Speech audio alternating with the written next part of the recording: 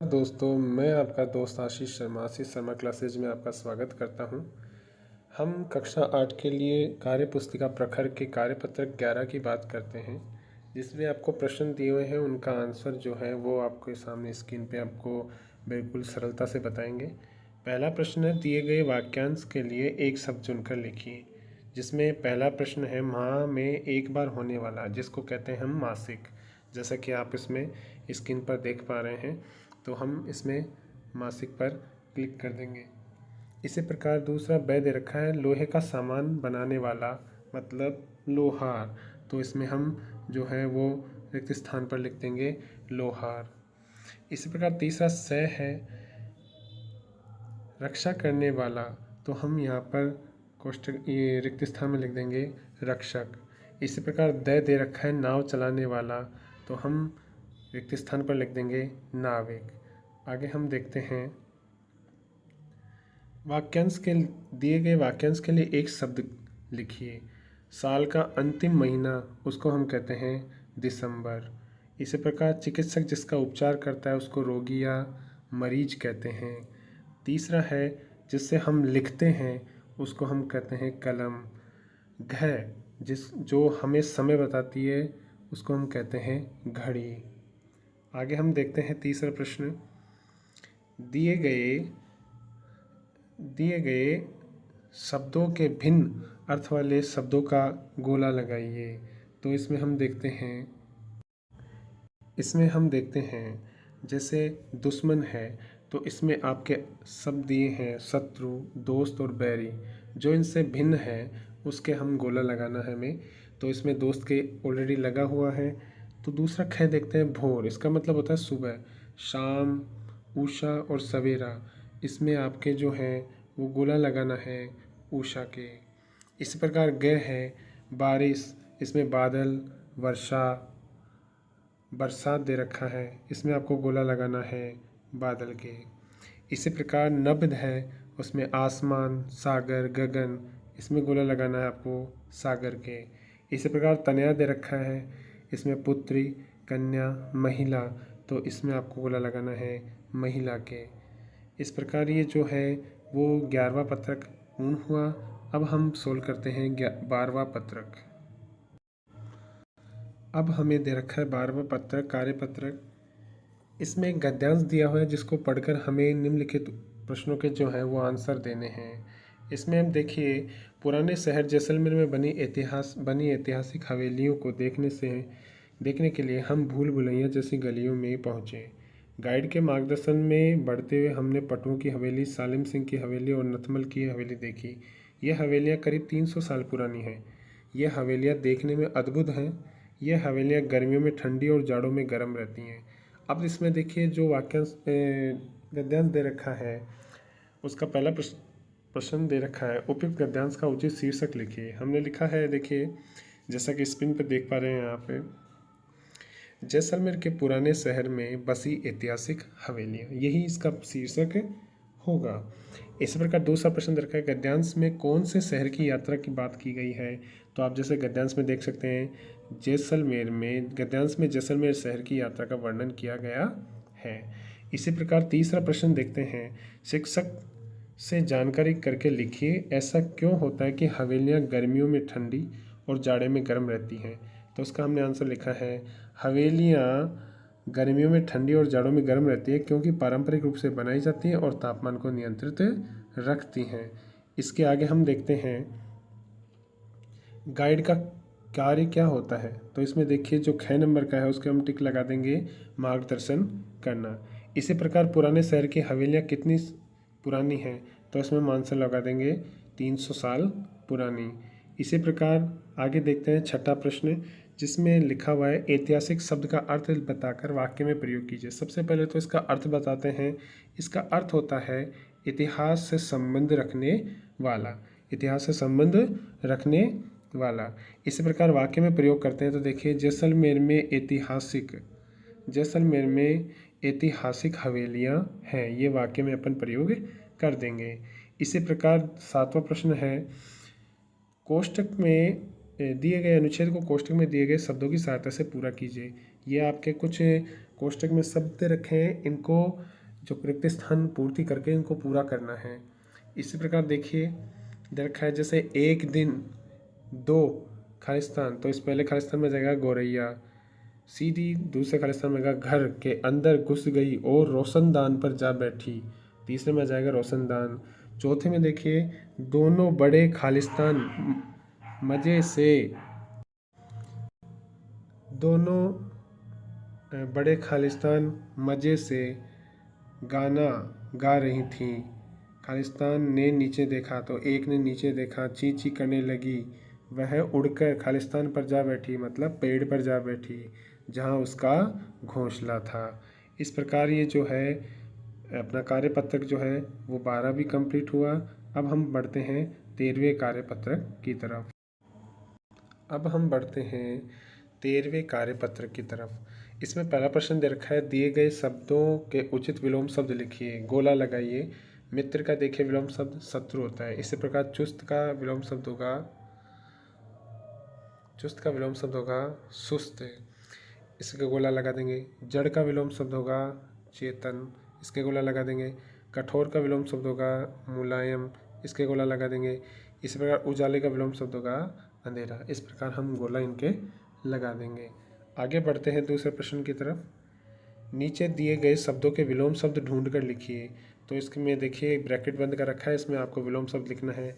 तो देखिए जैसा कि आपके स्क्रीन पे देख पा रहे हैं आप, स्वर्ग का जो है विलोम शब्द हो जाएगा नरक, खुले का मोटे का पतला, नए का पुराना, खुले का बंद, सौभाग्य दुर्भाग्य, आना जाना, उदय अस्त, सजीव निर्जीव, सज्जन दुर्जन, दोष निर्दोष, नरम सख्त, बेचना खरीदना। इसके आगे हम देखते हैं तीसरा प्रश्न, रेखांकित शब्दों के विलोम शब्दों का प्रयोग कर रिक्त स्थान को भरिए और वाक्य पूरा कीजिए। इसमें देखिए रिक्त स्थान को पूर्ति करनी है आपको, जिसमें देखा है रात के बाद दिन होता है। रात के बाद क्या होता है? दिन होता है। ख में देखते हैं खेल में किसी की हार होती है तो किसी की जीत होती है। ग में देखते हैं खुशी आज अस्वस्थ है तो कल क्या हो जाएगी? स्वस्थ हो जाएगी।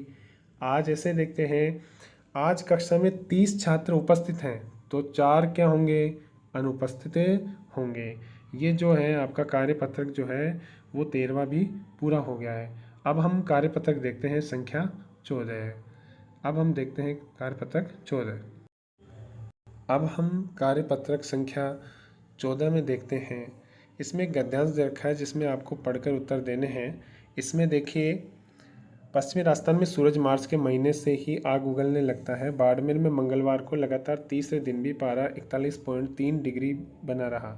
सर्दियों में सर्वाधिक ठंडे रहने वाले स्थानों में से एक जोधपुर के फलौदी कस्बे में भी पारा 40.5 डिग्री पहुंच गया। मारवाड़ क्षेत्र में लोगों ने कूलर चलाना शुरू कर दिया है। वहीं मौसम वैज्ञानिकों के अनुसार क्षेत्र में अभी कुछ दिनों तक खंड खंड बारिश मतलब टुकड़ों में बारिश की संभावना है। इसके बाद प्री मानसून की शुरुआत होगी। अब हम देखें इसमें प्रश्नों का आंसर देखते हैं। पश्चिमी राजस्थान में कौन आग उगलने लगता है? तो कौन उगलने लगता है? सूरज। इसके अपन टिक लगा देंगे। दूसरा है उक्त गद्यांश के अनुसार फलौदी के कस्बे की जो है वो पारा कितना है? तो इसका फलौदी कस्बे का जो पारा है वो हम देख लेते हैं। देखिए ऊपर बता रखा है फलौदी कस्बे का जो पारा है वो बता रखा है यहाँ पर 40.5। तो इस प्रकार हम यहाँ पर क्या लगा देंगे? 40.5 डिग्री सेल्सियस। इस प्रकार तीसरा जो है वो आपने प्रश्न दे रखा है गद्यांश में किस क्षेत्र में लोगों ने कूलर चलाना शुरू कर दिया है? मतलब मारवाड़ के लोगों ने। तो इसमें अपन टिक लगा देंगे। इस प्रकार चौथा प्रश्न है पश्चिमी राजस्थान के कितने दिनों तक और कितना पारा बना रहा? तो देखें पश्चिमी राजस्थान में लगातार 3 दिनों तक पारा 41.50 डिग्री बना रहा। कितना बना रहा? 41.3 डिग्री जो है वो तापमान बना रहा। इसी प्रकार खंड खंड बारिश किसे कहते हैं? खंड खंड मैंने अभी आपको बताया कि जो टुकड़ों में होती है। ऐसी बरसात जो रह अथवा रुक रुक कर हो अथवा नगर के किसी एक भाग में तो हो लेकिन दूसरे भाग में नहीं हो या ना हो तो इसे खंड वर्षा भी कहते हैं। इस प्रकार ये जो है वो 14वां कार्यपत्रक हुआ। अब हम देखते हैं जो है 15वां कार्यपत्रक। अब हम देखते हैं 15वां कार्यपत्रक। इसमें अपने अनुभवों की भाषा शैली में लिखना है। देखिए पहला प्रश्न है, छुट्टियों में आप किसके घर जाना पसंद करते हैं और क्यों? अपने मन की बातें लिखिए। तो इसमें हमने लिखा है, छुट्टियों में हम अपने मामा जी के घर जाना पसंद करते हैं। कहाँ जाना पसंद करते हैं? मामा जी के घर, क्योंकि वहाँ मुझे पुत्र के समान स्नेह मिलता है और वहाँ का वातावरण अच्छा है। मामा और मामी के खेत खलिहान हरे भरे हैं तथा आमों से लदे हुए आम के जो पेड़ हैं वो मुझे मनमोहक लगते हैं। ये हमने जो है वो अपने मन की बात लिखी है। इसी प्रकार जो है वो दूसरा प्रश्न देखते हैं कि उनके परिवार में और कौन कौन लोग रहते हैं। तो उनके परिवार में जो है, मामा के परिवार में उनकी पत्नी मतलब मामी और 2 बच्चे और उनके माता पिता भी रहते हैं। इसी प्रकार तीसरा प्रश्न देखते हैं हम। तीसरा प्रश्न है, वहाँ आपको क्या क्या अच्छा लगता है? तो वहाँ का प्रातःकालीन दृश्य जो है, हरे भरे लहराते खेत खलिहान है, आम के बगीचे हैं, बहती हुई नदी है, बहुत ही आकर्षक लगती है। ऐसा जो है मनोरम दृश्य जो है वो वहाँ का बहुत ही अच्छा लगता है। इसी प्रकार जो है चौथा प्रश्न देखते हैं, वहाँ जाकर आपने उनके कौन कौन से कामों में हाथ बटाया? तो वहाँ शाम के समय खेतों की ओर चले जाते और खरबूजे तरबूज तोड़कर ले आया करते थे और गाय भैंसों को नहलाने में सहायता करते और उनको पानी पिलाने में भी सहायता हमारे द्वारा की गई। ये हमने इसका जवाब लिखा है। इसमें देखिए आप जो है अध्यापक अपनी मन से अपने बच्चों की सहायता से भी इसमें आंसर लिख सकते हैं, इसमें ऐसी कोई इशू नहीं है। पांचवा प्रश्न देखते हैं, उन्होंने आपको कहाँ कहाँ घुमाया? अब उन्होंने हमें बाग बगीचों में और उसके साथ साथ जो दर्शनीय स्थल थे उन पर भी हमें घुमाया। आगे देखते हैं इसका छठा प्रश्न है, उनके घर में सबसे अच्छी बात जो आपको लगी वो लिखिए। मामा जी के घर की जो स्नेहिल जो दुनिया है वो हमें बहुत ही अच्छी लगी। स्नेहिल दुनिया का मतलब होता है प्यार भरी दुनिया। तो हमारे यहाँ 15 जो कार्यपत्र। अब हम हैं आकलन पत्र एक देख लेते हैं। इसमें दिए गए गद्यांश को पढ़िए और प्रश्नों के जो आंसर हैं वो अपने को देने हैं। मैं एक वृक्ष हूँ, अपनी पीड़ा को बता रहा हूँ, किसी भी हरे भरे पेड़ को मत काटिए और ना ही किसी को काटने दीजिए। यदि पेड़ पौधे नहीं काट होंगे तो बरसात ही नहीं होगी, बरसात नहीं होगी तो हमारे जल स्रोत सूख जाएंगे, खाने का अन्न पैदा नहीं होगा। हमें बचाओगे तो सृष्टि बचेगी, आप बचेंगे, हम सब बचेंगे। हमें काटते हैं तब हमें बहुत दर्द होता है। अब इसमें पांचवा प्रश्न दिया है, पीड़ा शब्द का अर्थ क्या है? पीड़ा शब्द का अर्थ आप देखिए दुख होता है। पीड़ा शब्द का अर्थ क्या होता है? दुख होता है। इसी प्रकार छठा प्रश्न दिया है, निम्नलिखित शब्दों के विलोम शब्द लिखिए। सूखा तो इसका विलोम शब्द हो जाएगा गीला, पीड़ा है तो इसका विलोम शब्द हो जाएगा सुख है, मुलायम है इसका तो विलोम शब्द हो जाएगा मुलायम, उजाला है तो इसका विलोम शब्द हो जाएगा अंधेरा। सातवां प्रश्न है, पेड़ हमारे जीवन में आवश्यक है, क्यों? अपने विचार लिखिए। अपने विचार लिखने हैं तो पेड़ हमें न सिर्फ ऑक्सीजन देते हैं बल्कि फल फूल लकड़ी इत्यादि देते हैं, इसलिए पेड़ हमारे लिए बहुत ही आवश्यक हैं। चौथा प्रश्न देखते हैं, दिए गए वाक्य के लिए एक शब्द लिखिए। तो रक्षा करने वाला रक्षक कहलाता है, बस चलाने वाला बस चालक कहलाता है। इसी प्रकार जो आठवां प्रश्न है इसमें क्रमांक शायद जो है वो चेंज कर दिए हैं, तो जैसे कार्य पुस्तिका में दे रखा था हमने वैसा ही आपको बताया है। निम्नलिखित शब्दों का प्रयोग करते हुए वाक्य लिखिए। सूखा, गर्मी में पेड़ के पत्ते सूख जाते हैं। जो गर्मी में जो होते हैं वो पेड़ के पत्ते क्या हो जाते हैं? सूख जाते हैं। बरसात, क्या कल बरसात हुई थी? जो तीसरा है वृक्ष, हमें वृक्षों की रक्षा करनी चाहिए।